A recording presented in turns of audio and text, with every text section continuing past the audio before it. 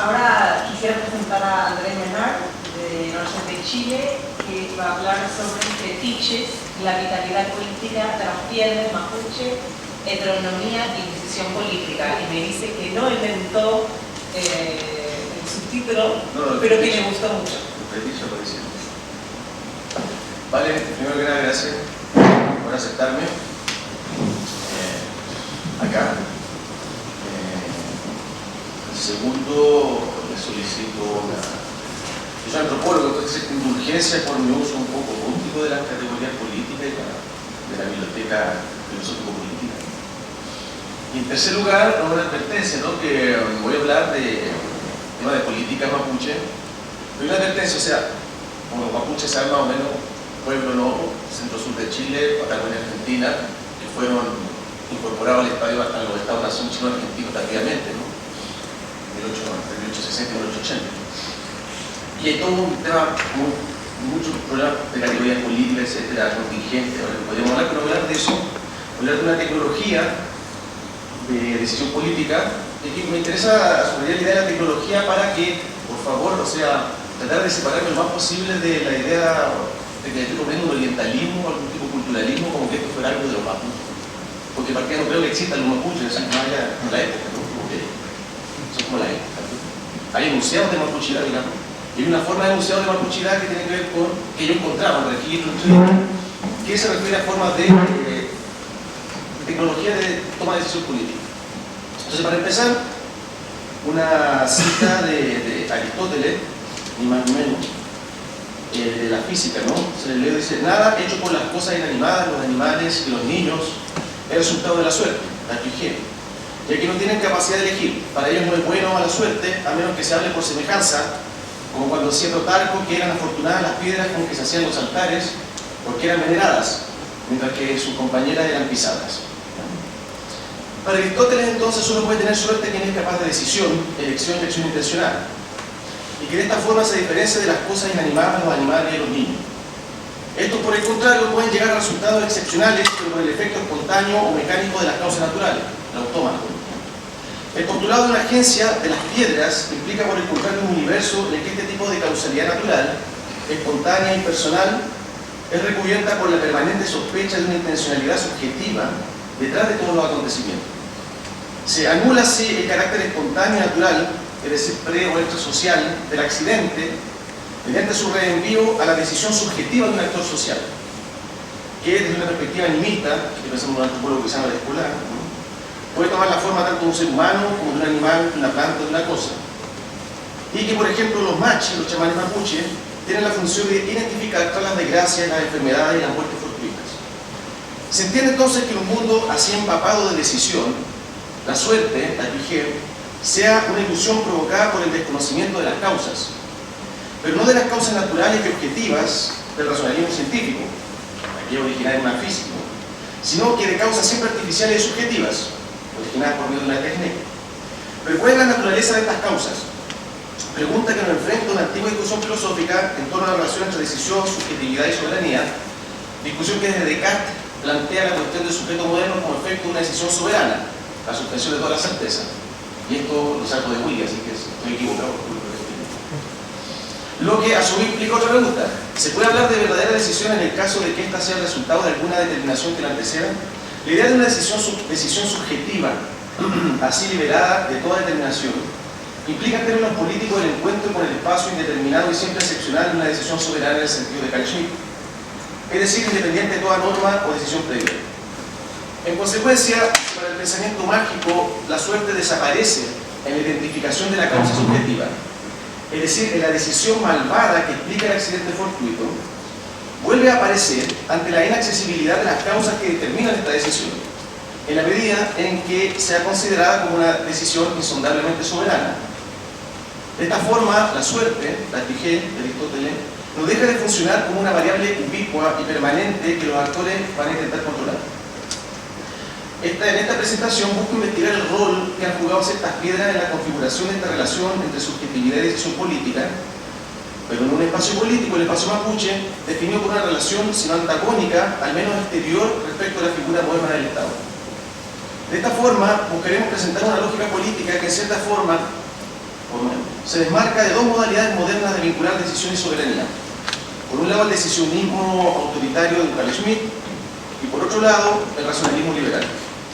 Así, vamos a ver que mientras en un caso el soberano y su soberanía se basan en el punto heterogéneo de una decisión excepcional, en el otro la soberanía se basa en la suposición de una naturaleza o una racionalidad humana más o menos universal, como condición de las decisiones que fundan contratos sociales o acciones comunicativas, ¿no? Las piedras mapuche de las que hablaremos implican una forma de decisión política que, si bien se sostiene en una dimensión excepcional, involucra también un espacio heteronómico, un heterónomo, que justamente suspende la posibilidad de constituir un órgano soberano, al menos según estas dos concepciones modernas de la soberanía. Para comenzar, debemos decir que estas piedras vienen a cumplir esa función de garantías de la suerte que subyace a la indeterminación de las decisiones, pero como veremos, también son susceptibles de tener buena o mala suerte. Un ejemplo de esta doble condición de las piedras nos la da el antropólogo Ron Fester a través del siguiente episodio.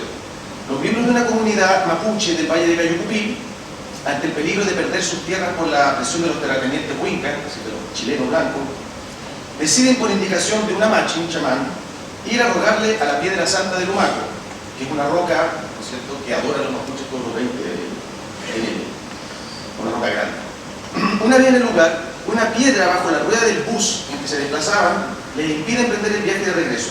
Entonces alguien dice: oh, quiere irse con nosotros esta piedra. Ante lo cual los miembros de la comunidad deciden llevarla con ellos. Llegado a la comunidad, le dedican una rogativa y la piedra, seguramente a través de la machi, les informa que es un hijo de la piedra santa de Lumaco y que ella, la piedra santa, la enviaba, requisito lo que hizo una señora, ¿no?, que no los molestaran. Pasó el tiempo y un día la machi se sintió enferma, requisito el testimonio.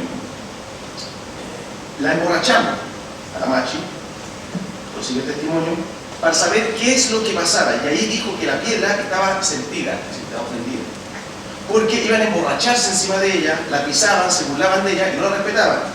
Entonces decidieron devolverla a su lugar de origen, tras lo cual, dice la señora, lloramos por verla, porque nos encontramos otra vez desamparadas, porque la habíamos traído para que nos amparara. Ahí se rola así. En lugar de ser correctamente venerada, la piedra terminó siendo pisoteada, como aquellas piedras con mala suerte de las que hablaba Plutarco. Mala suerte entonces de la piedra, que se suponía iba a asegurar la buena suerte de la comunidad. Y esto según un razonamiento aristotélico, pues había sido ella misma la que había decidido viajar hasta el Valle de Cayucupí cuando le impidió partir al bus.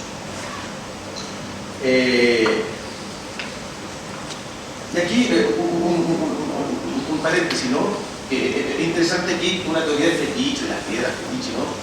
Todo el tema, ¿no?, de cómo la piedra, cuando uno encuentra una piedra, distinto y con el cantón, ¿no? Esta idea de que la piedra elige, ¿no? Es la piedra lo que le elige a uno, ¿ah?, cuando uno encuentra una piedra, ¿no? Y tiene entonces, hay antropólogos que asocian esto al pasaje objetivo de retorno, a los objetos, ¿no? Como dice San Cirrón, driven chance. Es decir, estamos en esa configuración, que ya se recuerda un poco el tema con el error, ¿no? Se aplica esa altura. Bueno. Pero había efectivamente decidido ella misma irse a la comunidad. Recordemos que su llegada a la comunidad por medio de la machi, la piedra santa de Lumaco explicó que era un hijo que ella venía a dejarles. Por lo tanto, la imagen de la decisión como punto singular y soberano comienza a desdibujarse tras lo que pareciera ser una dinámica de reenvíos y desplazamientos. Pero para entender esta idea de la decisión tras la piedra, primero debemos ver de qué forma se manifiesta la suerte que la piedra segura produce. En un testimonio recopilado por Berta Kössler de la Patagonia Argentina en la primera mitad del siglo XX, se habla de un tipo particularmente vital de piedra, los toquicurra, hachas pulidas de origen arqueológico que se vinculan con la mundialmente extendida figura de las piedras del rayo. Lo interesante es que al tiempo que se les considera producidas por los rayos, lo que cuando caen las entrarían bajo tierra, su nombre remite a la figura política del toqui o jefe guerrero, en torno al cual se aliaban las distintas parcialidades mapuche en el contexto de los grandes alzamientos contra los hispanos criollos. Sobre ellas, el informante mapuche de Berta Kössler, Amuyen Pangui, dice lo siguiente: mis abuelos decían siempre toquicurra y lo consideraban piedra muy santa, pedía adoración, además tenían que darle siempre bastante sangre, reciben tanta sangre estas piedras como pueden tomar, chupan muy bien, deben tener mucha fuerza para poder cumplir su tarea. El dueño de un toquicurra entierra siempre su piedra en la tierra de él, cerca de la casa, para poder mirarla siempre. esta piedra mágica que presta grandes ayudas, porque es avisadora, se llama Peutúfel, un oráculo que previene o avisa, se llama Peutuún, esto de averiguar la suerte de uno, especialmente cuando hay rumor de valor. Valor son estas razas que se roban las vacas, la forma de la estasis, papucha. Vemos así que se trata de asegurar la suerte, pero no de cualquier suerte, sino que de la suerte en un contexto de batalla, lo que se vincula con la genealogía guerrera del mismo Toquicurra. Y vemos también que antes que asegurar la suerte, se trata de averiguar la suerte. Esta es comunicada por la piedra mediante su movimiento. Aquí cito: si sale el Toquicurra encima de la tierra, sin que nadie lo haya tocado, es con toda seguridad una victoria. No se mueve la piedra mágica, es mala señal, que quiere decir que habrá derrota. Y como prueba de lo anterior, Amuyamu Pangui recurre al dato histórico-político de la condición colonizada de su pueblo. Lo cito: la razón por que están bajo tierra los Toquicurra prueba que es cierto lo dicho. Cuando pisaron los blancos la tierra de los mapuches, cuando se apoderaron de la Mapu, la tierra, los huincas, los blancos, entonces quedaron abajo las piedras y nunca más han subido. ¿Subirán? En una nota del mismo texto se incluye el testimonio de otro mapuche, Huenchuquidel, quien confirma esta función del Toquicurra como dispositivo de decisión política de la guerra o de la paz, pero desde una perspectiva en cierta forma menos sobrenatural y más sociológica. Terminada la guerra, dice, se enterraban los Toquicurra delante de las tribus, ceremonia que decía tenemos paz. Se desenterraban como señal de guerra. Y describe más adelante el particular mecanismo de decisión política al que estas piedras estaban asociadas. Estas decisiones se tomaban en asambleas en las que siempre, dice, teníamos dos jefes. Uno votaba por la guerra y el otro en contra. El primero era quien portaba el Toquicurra, y dice el mapuche, ¿no? Discutía a favor de los paisanos, de los mapuches, que era llamado el Mapu Wilmen, que quiere decir jefe de la tierra. Y el otro se llamaba Huinca Wilmen, que quiere decir jefe de los blancos, y buscaba favorecer la parte de los blancos. Con nuestro pueblo que se llama Zavala, ha indicado la profundidad histórica de esta estructura dual de la jefatura mapuche, visible ya en el siglo XVI, bajo la forma del Nguyen Toqui, el dueño del Toqui, y el Nguyen Foy, el dueño del Canelo, jefe de la guerra y jefe de la paz, respectivamente. Dualidad que reaparecerá más tarde en el contexto colonial, entre los siglos XVII y XVIII, bajo la forma del Toqui Ulmen, que promueve y dirige los alzamientos contra la autoridad colonial, y por otro lado, el cacique gobernador, que funciona como representante mapuche legitimado ante la administración española. Ahora bien, lo más probable es que en el contexto de esta deliberación, el dueño del Toqui, o Mapu Wilmen, haya utilizado como argumento las señales del Toquicurra, lo que instala al Toquicurra en una posición simétrica al que debe haber ocupado la corona o el Estado en la argumentación del Wilmen, o cacique gobernador. Es decir, en ambos casos, la posición de un heterónomo como referente de la decisión. Podemos volver ahora a la pregunta por la suerte. Al final de su testimonio, Amuyamu Pangui concluye: según nuestro abuelo, un Toquicurra es un regalo del cielo, es la suerte de la persona que lo tiene. En otras palabras, la piedra materializa la suerte de la persona, o muy bien la condición de su suerte, en tanto determina su poder de decisión y garantiza el éxito de sus resultados.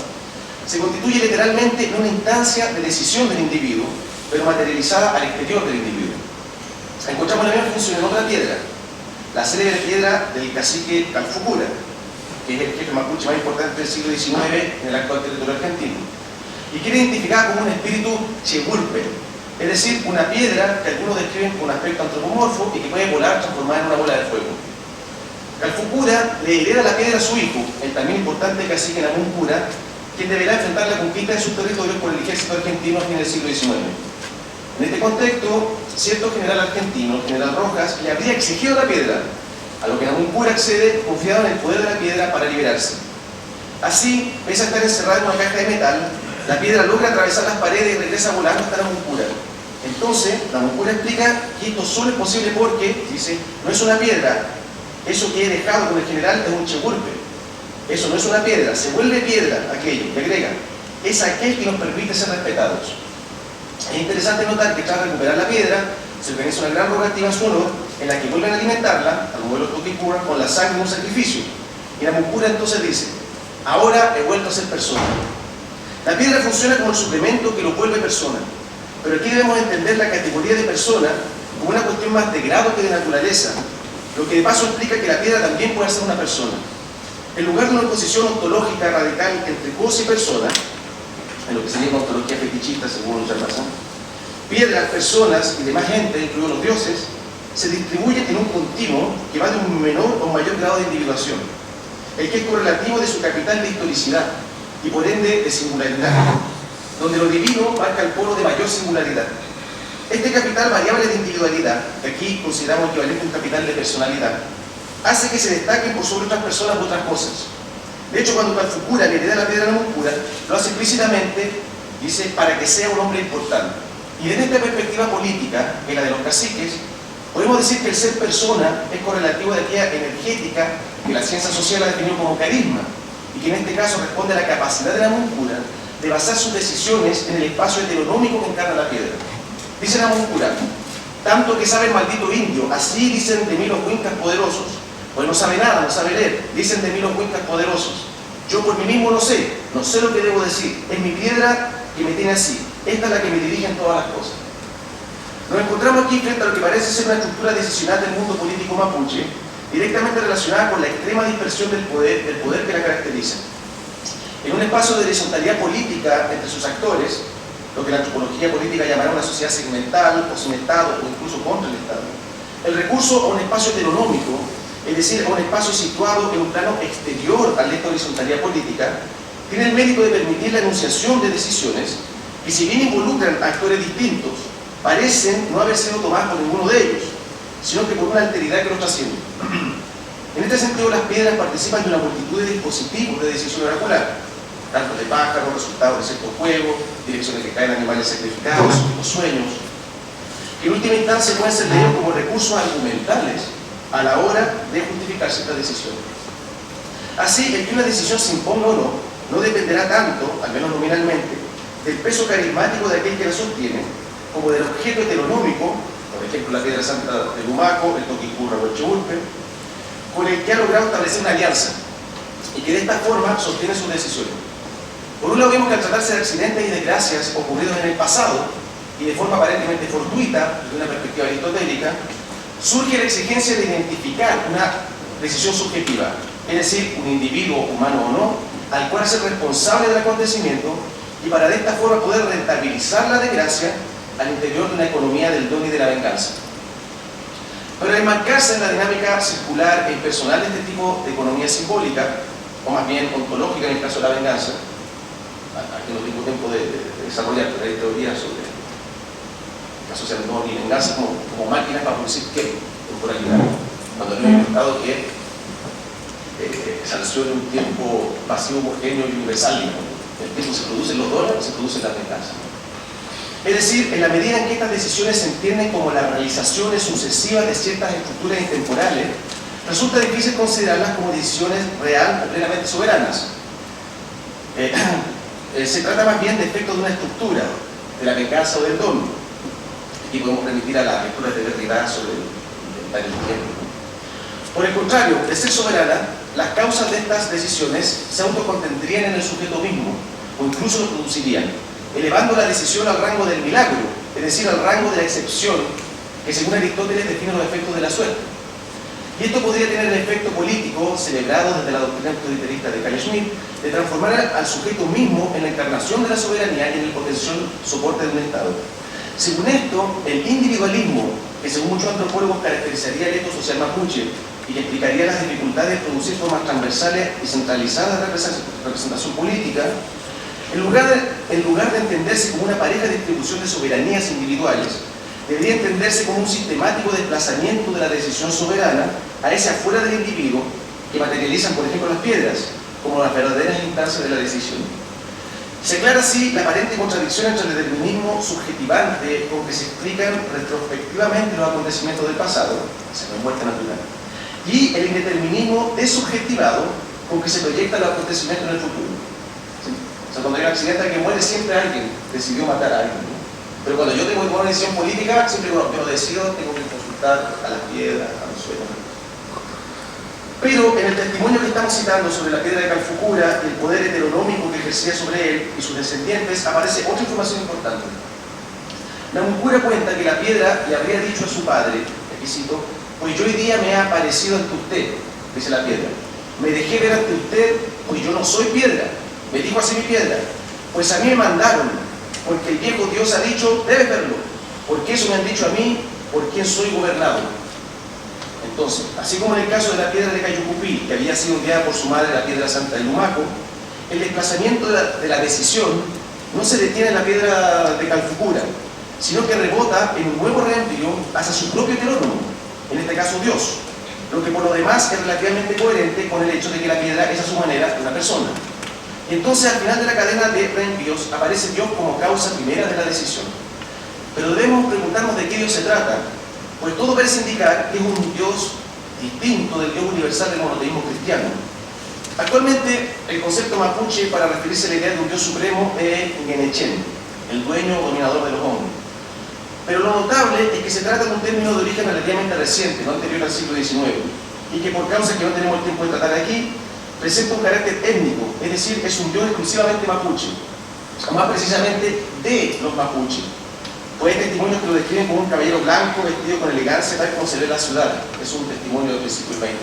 Y yo me tocó hablar también con un dirigente mapuche que dice que cuando Dios, que se le apareció para que fuera dirigente, se le apareció como Pinochet vestido con su uniforme blanco, ¿no? Sí, en este sentido, el mismo Namuncura explica que en el contexto de derrota política y militar en que se encuentran, su piedra, dice, ya no tiene valor, es decir, ya no anuncia ni asegura victorias militares. Y esto pues explica, dice, nos han ganado el Guenechen de los Huincas, nos equivocamos ante nuestro Guenechen, es por eso que están confundiendo el Guenechen que nos gobierna a nosotros. Lo primero que uno le viene a la mente frente a esta oposición del dios mapuche y del dios Huinca es la antigua oposición colonial entre el Gentoqui y el Genfoye, con sus declinaciones posteriores en jefe guerrero y cacique gobernador, o en Mapulmen y Huntulmen. Autores como Zavala leen en esta oposición una determinación del orden político con una estructura simbólica y cosmológica dual. Desde mi punto de vista, se cuela en el sentido inverso, es decir, como una determinación política de las representaciones simbólicas. Y cuando digo política, estoy pensando en la definición que de ella hace el mismo Carl Schmitt a partir de la oposición amigo-enemigo. Y en este contexto, la función más intensamente sobrenatural la cumplen aquellas instancias heteronómicas que permiten sostener y argumentar las decisiones políticas. Y esto pues, como vimos, para esta lectura de lo político, pocas cosas son tan sobrenaturales, en el sentido del prodigio, milagrosa o monstruosamente excepcional, como una decisión absolutamente soberana, es decir, que no responde a ninguna causa exterior a sí misma. Por lo tanto, si al final de la cadena de reenvíos se encuentra algo como Dios, en el caso de la piedra de Namuncura, se tratará de Dios como la máxima excepción, como el polo de la máxima singularidad. Es como el Dios de los fetichistas, lo que decía Baza. O como polo de distribución de singularidades, y a partir del cual se irán sucediendo las decisiones. Vemos así cómo este polo de excepcionalidad se opone al polo de la regularidad natural y al polo de la razón humanista, que constituye el sustrato moderno y liberal sobre el que las decisiones individuales pretenden sostenerse. Y el hecho de que sean piedras las que indiquen este polo de singularidad radical, tiene que ver quizás con las condiciones ontológicas que las piedras reciben de su misma materialidad. Como dice Marc Augé, para una conciencia viva, lo verdaderamente sobrenatural es la materia inerte. Aquí cito a Augé. Lo impensable y en cierto modo el poder corresponden a la inercia bruta, a la pura materialidad. Lo sobrenatural corresponde a lo inerte. Aquí entre los cadáveres y también entre la mierda, ¿no? De ahí se explica el que las piedras gocen de una carga de alteridad ontológica que las predispone a constituirse, mediante la serie de acontecimientos que van marcando su historia y su agencia, en focos carismáticos de singularidad. Así, mientras más muda e impenetrable, más se acerca la piedra a la infinita vitalidad de ese Dios, impensable por ser puro accidente, pura contingencia, pura singularidad. Y probablemente el nombre de este Dios mapuche haya sido el de Pillán. Y con esto termino. Término anterior en varios siglos al de Guenechen, y que más que una sustancia parece haber remitido a un atributo. Pillán es todo lo vigoroso, lo extraordinario, lo poderoso, el fenómeno inquietante. Escribía el cura Belli en 1970. Las erupciones volcánicas, las tormentas, los terremotos y los maremotos habrían sido manifestaciones del Pillán. Pillán es también el relámpago y el rayo, y él es quien envía los Pillán Toki, las hachas del Pillán, las piedras del rayo, que una vez caídas y enterradas bajo tierra, no son otra cosa que los Toki Curra, aquellas hachas de piedra que descendían la guerra de la paz. Regalos de un Dios que, distribuyéndose a sí mismo, distribuye decisiones y otros prodigios. Gracias.